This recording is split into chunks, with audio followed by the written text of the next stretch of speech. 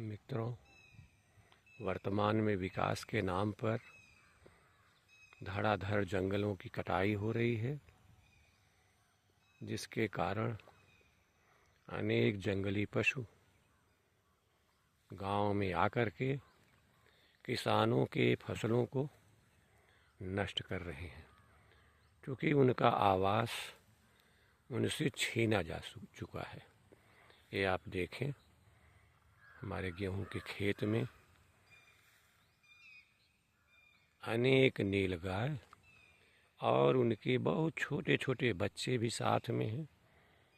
इसमें दूर से देखने पर हमें एक नर नीलगाय दिखाई पड़ रहा है, जिसके सींग है, और शेष सभी मादा नीलगाय हैं, जो पास जाने पर भयभीत होती हैं। ये नीलगाय एक ऐसा प्राणी है जो घास और पौधों को, झाड़ियों को चरता है और तेज आवाज़ से या ज़्यादा गंध से या इंसानों की उपस्थिति से भयभीत हो जाता है, क्योंकि निकट से इनका छाया चित्र लिया जाना संभव नहीं है। जैसे जैसे मैं निकट जाता हूँ, ये आगे बढ़ते जाते हैं। आप देख रहे हैं, समूह में सारे छोटे और बड़े नीलगाय आगे बढ़ते जा रहे हैं, लेकिन नर नीलगाय जो मैं आपको अब दिखा रहा हूँ, आपको अकेला खड़ा दिख रहा है। नीलगाय की ये विशेषता होती है कि जो किशोर नीलगाय होते हैं वो, और जो मादा नीलगाय होती हैं वो नर नीलगाय से सामान्यतः अलग रहते हैं। केवल प्रजनन के समय में मादा नीलगाय और नर नीलगाय एक साथ रहते हैं। इनका जीवन काल सामान्यतः 10 से 20 वर्ष तक होता है। ये बड़े ही संवेदनशील प्राणी हैं।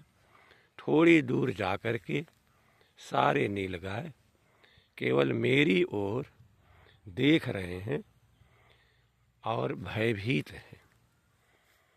हम विकास के नाम पर जिस तरह से प्रकृति के साथ खेल रहे हैं, ये उचित बिल्कुल नहीं है।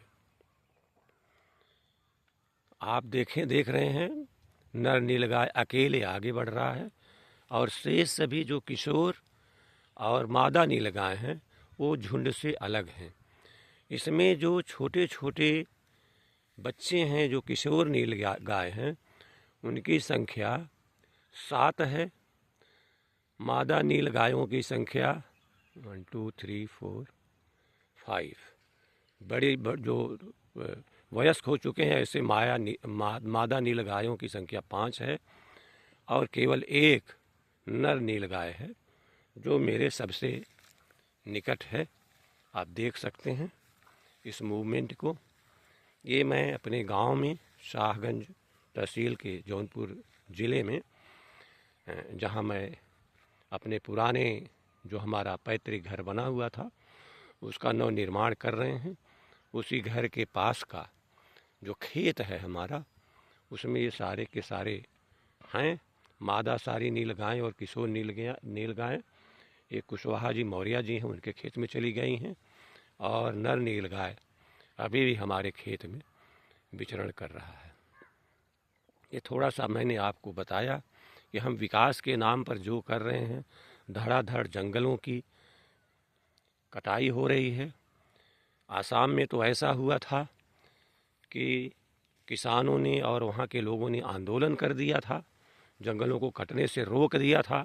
तो आपने समाचार पत्रों में पढ़ा होगा, जो कि बहुत संक्षेप में आपको दिखाया गया, चीज़ों को छिपाई गई, और कुछ यूट्यूब चैनल्स ने भी प्रकाशित किया था और प्रदर्शित भी किया था, दिखाया भी था कि रात्र में एक ही साथ जंगलों को खत्म कर दिया गया और किसानों के घरों के आसपास शेर और अनेक जंगली जानवर, चीते आदि घूमने लगे थे, रोड पर घूमने लगे थे। विकास के नाम पर इस विनाश को हमें बंद करने की नितांत आवश्यकता है, अन्यथा इस सृष्टि में कोई भी जीव जंतु नहीं बचेगा और जब कुछ नहीं बचेगा तो हम भी नहीं बचेंगे। प्रकृति ने हमें जो भी जीव जंतु दिया है सबका उपयोग है। सूअर को सामान्यतः लोग, गधे को सामान्यतः लोग गलत निगाहों से देखते हैं या उनके बारे में गलत कमेंट्स करते हैं। सूअर भी प्रकृति के लिए अत्यावश्यक है और गंदगी को साफ करती है। पानी में मछली रहती है, गंदगी को साफ करती है और जल को शुद्ध बनाती है।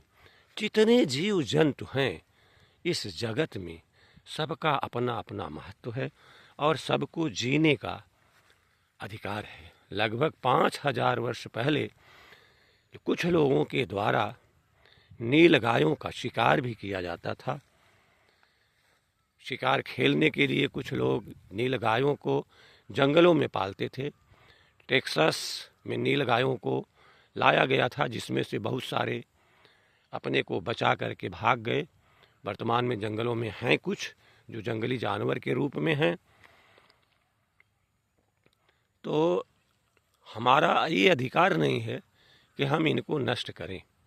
यदि हम धड़ाधड़ वृक्षों की कटाई, जंगलों का विनाश रोक दें, जंगली पशु पक्षियों के प्रति, जंगली जीव जंतुओं के प्रति भी, इंसान की के साथ ही साथ उनके प्रति भी अच्छी भाव रखें, उनको संरक्षण दें, उनकी सुरक्षा का ध्यान दें, तो वो हमारे खेतों में नहीं आएंगे और हमारे पौधों का विनाश नहीं होगा, हमारी खेती भी अच्छी रहेगी।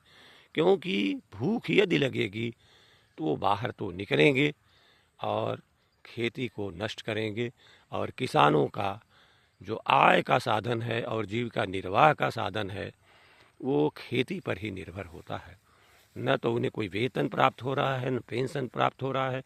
वर्तमान में तो समूह में तमाम जो है बैल और सांड जो है आते हैं और पेड़ों को, पौधों को, किसानों के अनाज को खोद करके खा जाते हैं, उखाड़ लेते हैं।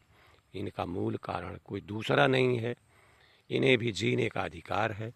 यदि हम इनको मारते हैं, इनकी हत्या करते हैं, तो ये किस कोर्ट में हमारे विरुद्ध अपील करने जाएंगे? ये किस न्यायालय में खड़े होंगे कि मेरे साथ मानव जाति इस प्रकार का व्यवहार कर रहा है? ये किस पुलिस थाने में रिपोर्ट दिखाने जाएंगे कि मनुष्य जो है हमसे नृशंसता से पेश आता है? इसलिए आप लोगों से करबद्ध प्रार्थना है कि हम प्रकृति के हर जीव जंतुओं के प्रति स्नेह रखें, प्रेम रखें, उन्हें संरक्षण दें और जहाँ कहीं भी विकास के नाम पर विनाश हो रहा है, वो विनाश प्रकृति का जो विनाश हो रहा है वो हमारा आपका सबका विनाश है, उसको रोकने के लिए जन आंदोलन तैयार करें और इसे रोकें। यदि ये जीव जंतु नहीं रहेंगे, ये पौधे नहीं रहेंगे, तो हम और आप नहीं रहेंगे। ये जो नीलगाय है ये शाकाहारी जंतु है। आप देखते हैं जो कोई भी शिकार करता है, जो मांस खाता है, किन जीव जंतुओं का खाता है? सामान्यतः आप पाएंगे कि जो लोग ये मीट मांस खाते हैं, बकरी की खाएंगे, बकरे की खाएंगे, भैंस का खाएंगे, गाय का खाएंगे, सांड का खाएंगे, बैल का खाएंगे, हिरन का खाएंगे। जितने शाकाहारी जीव जंतु, ऊँट तक का खाते हैं, ऊँट का भी खाते हैं। तो जितने शाकाहारी जीव जंतु उनको खाते हैं। मानव जाति मांस खाने के लिए नहीं बना है। मांसाहारी जीव जंतुओं को ईश्वर ने अलग प्रकार के दांत, अलग प्रकार के नाखून, अलग प्रकार के सींग, अलग प्रकार के पंजे प्रदान किया है और वो अलग प्रकार से जल भी पीते हैं। उनका हर चीज़ अलग है, उनका आमाशय भी अलग प्रकार से बना हुआ है, जिससे उन्हें शिकार करने में और शिकार करने के बाद उस शिकार का का भक्षण करने के उपरांत उसको पचाने के लिए उस प्रकार का आमाशय ईश्वर ने दिया है। हमें आपको ऐसा नहीं दिया है, किंतु हम आप लोग अपने जीभ को इतना खराब कर चुके हैं और अपने इस मानव शरीर को, जो ईश्वर के द्वारा दिया गया सृष्टि का सबसे बड़ा उपहार है, उसको हम लोगों ने कब्रिस्तान और श्मशान बना लिया है। एक मुर्दा उठाते हैं, एक शव को उठाते हैं तो स्नान करते हैं, छू देते हैं कि हमने मुर्दा छू दिया, और उसी मुर्दे को पेट के अंदर रख लेते हैं। तो ये चीज़ समझ में नहीं आती कि हमारी सोच को क्या हो गया है कि हम ऐसा करते हैं। अंडा खाते हैं और कहेंगे शाकाहारी है। अंडा कोई दूसरी चीज़ नहीं है, वो मुर्गी का माहवारी है, माहवारी का संचन है, जो कि बिल्कुल खाने योग्य नहीं है, वो भी मांसाहारी ही है। तो हमें इन चीज़ों को देखना होगा कि हमें कैसा आहार विहार रखना चाहिए, कैसे रहना चाहिए। मेरा एक स्वभाव है कि मुझे जो चीज़ सामने दिख जाता है, उस पे मेरे मन में जो विचारधाराएं उत्पन्न होती हैं, उसको मैं आपके बीच शेयर करता हूँ कि समाज जागरूक हो, समाज के अंदर दया, जीव जंतुओं के प्रति प्रेम प्यार उमड़े और उनकी सुरक्षा हो। ये जो नीलगाय है, ये प्रायः झुंड में ही दिखते हैं, अकेले में बहुत कम कहीं से भटक के भले आएँ। इनका कभी कभी झुंड जो है 70 तक रहता है, लेकिन सामान्यतः ये 10 के नीचे बहुत कम पाए जाते हैं। सामान्यतः झुंड में चलते हैं, बहुत सचेष्ट रहते हैं, सजग रहते हैं, तेज ध्वनि होने पर भागते हैं, और जैसे ही किसान देखता है शोरगुल करता है, एक खेत से दूसरे खेत में ये भागते हैं। ये जो कोमल पौधे होते हैं, कोमल पौधों को ये खाते हैं, और 8 माह इनका गर्भ का समय होता है। 8 माह में बच्चों को ये जन्म देती हैं।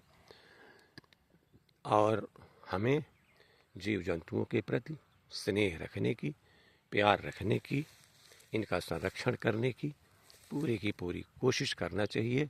और जो हम इस सृष्टि जगत के सिरमौर कहे जाते हैं, उसके अनुकूल आचरण करते हुए सभी जीव जंतुओं को, केवल ये नहीं कि ये घूम रहे हैं कि खा रहे हैं, इनको सुरक्षा भी देनी चाहिए। ये किस तरह से सुरक्षित रह सकते हैं, शासन प्रशासन से मांग करनी चाहिए। गो हत्या को बंद करने के लिए कोई भी समुचित प्रयास नहीं होता, चाहे जो भी शासन आए। गो हत्या बढ़ती जा रही है, इसके विषय में कुछ नहीं हो रहा है। केवल गो हत्या ही नहीं, सभी जीव जंतुओं की हत्या बंद हो, इस दिशा में हमें प्रयास करने की नितांत आवश्यकता है। अन्यथा न हम रहेंगे, न सृष्टि रहेगी, न आप रहेंगे, न कुछ रहेगा।